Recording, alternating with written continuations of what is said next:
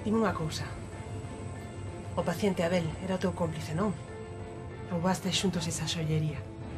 Sí.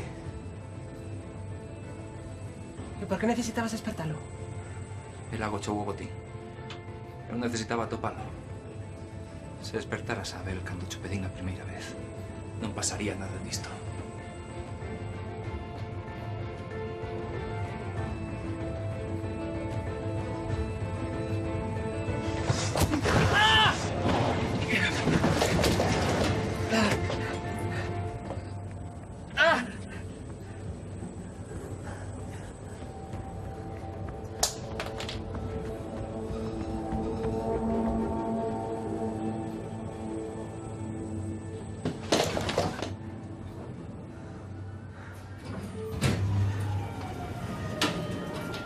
Está sedado. Tardará horas en despertar.